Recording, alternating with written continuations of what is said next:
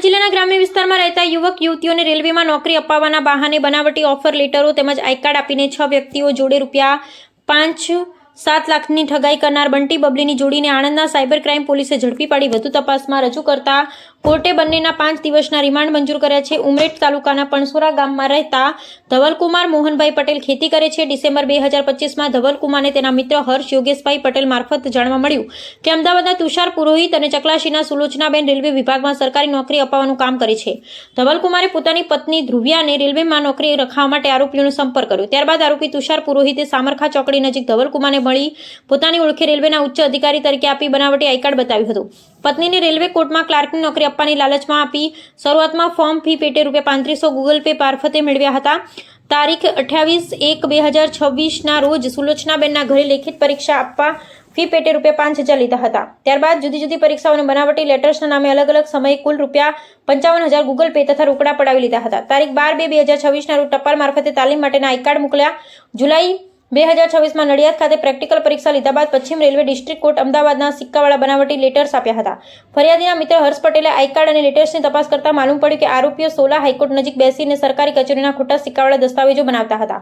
ધવલકુમારે તપાસ કરતા I card letters તથા રેલવેમાં નોકરીની તમામ બાબતો બોગસ હોવાનું બહાર આવ્યું હતું, જેથી ધવલકુમાર પટેલે આણંદ સાયબર પોલીસ મથકે ફરિયાદ નોંધાવતા પોલીસે આરોપીઓ તુષાર યોગેશભાઈ પુરોહિત તથા સુલોચનાબેન કમલેશભાઈ પટેલ વિરુદ્ધ સાયબર ક્રાઇમ પોલીસે ભારતીય ન્યાય સંહિતા 2023ની કલમ 318(4), 316(3), 337, 338, 340(2), 204(61)(2) મુજબનો ગુનો નોંધી જે.કે. ડોડિયા પોલીસ ઇન્સ્પેક્ટર સૂચના તથા માર્ગદર્શન હેઠળ પોલીસ ઇન્સ્પેક્ટર એચ.એ. ઋષિને તપાસ હાથ ધરી હતી। તે દરમિયાન મળેલ બાતમીના આધારે આરોપી તુષાર યોગેશભાઈ ચંદ્રશંકર પુરોહિત મૂળ રહે રાજપીપળા, નવાપરા સ્ટેટ દરબાર રોડ રાજપીપળા, હાલ રહે A24 Gajanand park Gotri road Vadodara તથા સુલોચનાબેન કમલેશભાઈ પટેલ રહે ચકલાશી તાલુકો નડિયાદ જિલ્લા ખેડાની ધરપકડ કરી કોર્ટમાં રજૂ કરતા કોર્ટે બંને આરોપીઓના 5 દિવસના રિમાન્ડ મેળવ્યા છે ને મંજૂર કર્યા છે। રિમાન્ડ દરમિયાન બંને આરોપીઓને ભેગા મળીને રેલવે કોર્ટમાં નોકરી અપાવવાના બહાને 6 વ્યક્તિઓ પાસેથી કુલ ₹5,07,000ની ઠગાઈ આચરી હોવાનું બહાર આવ્યું છે।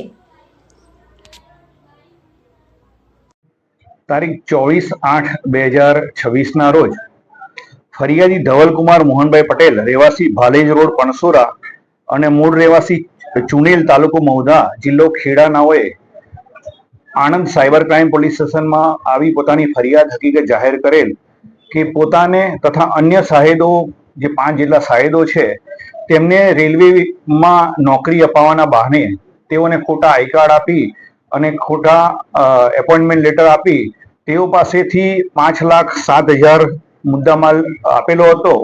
તે પૈસા પરત નહીં આપી અને નોકરી નહીં આપી તેમની સાથે છેતરપિંડી અને વિશ્વાસઘાત કરેલ છે, જે બાબતે તેઓએ ફરિયાદ આપતા સાયબર ક્રાઇમ પોલીસ સ્ટેશનમાં ગુનો રજીસ્ટર કરવામાં આવેલો હતો। આ ગુનાની ગંભીરતા સમજી પોલીસ અધિક્ષક શ્રી જસાણી સાહેબે આ ગુનામાં સંડોવાયેલ 2 આરોપીઓને તાત્કાલિક અટક કરવા માટે જરૂરી સૂચના આપેલી હતી।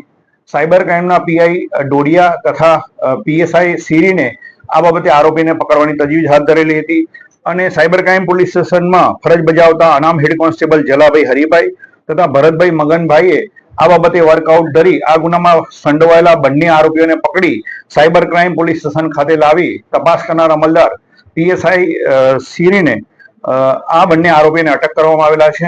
આ બંને આરોપીઓના નામદાર કોર્ટમાં રજૂ કરી 5 દિવસના પોલીસ કસ્ટડી રિમાન્ડ મેળવવામાં આવેલા છે।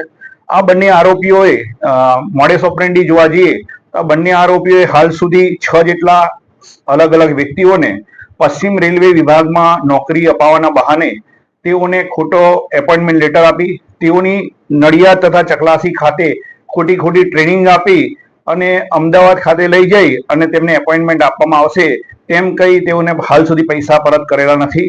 આ બાબતે બંને આરોપીઓ પૈકી તુષાર યોગેશભાઈ ચંદ્રશંકર પુરોહિત જે મૂળ રહેવાસી રાજપીપળાના છે અને હાલમાં ગોત્રી રોડ વડોદરા ખાતે રહે છે, તેમના ઘરેથી પીએસઆઈ સિરીને ટોટલ 8 જેટલા બનાવટી સિક્કાઓ કબજે કરેલા છે।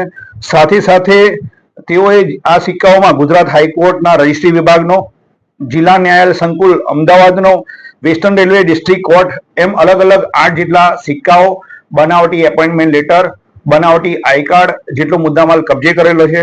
આ બંને આરોપીઓ પૈકી સુલોચનાબેન કમલેશભાઈ ઈશ્વરભાઈ પટેલ જે અલિન્દ્રા રોડ ચકલાસીના વતની છે.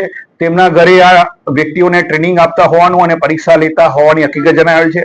આ બંને આરોપીઓને પકડીને હાલમાં તેઓની ઇન્ટ્રોગેશન ચાલી રહ્યું છે. આ બંને આરોપી પૈકી તુષાર યુગેશભાઈ ચંદ્રશંકર પુરોહિતના વિરુદ્ધમાં આ અગાઉ નડિયાદ રેલવે પોલીસ સ્ટેશનમાં સને 2014માં ખોટા ટીટી બનવા બાબતનો તેમજ વડોદરા શહેરના 2 પોલીસ સ્ટેશનમાં તેઓના વિરુદ્ધમાં ખોટા દસ્તાવેજો આપી અને ખોટો એપોઇન્ટમેન્ટ આપવાના બંને ગુનાઓ રજીસ્ટર થયેલા છે.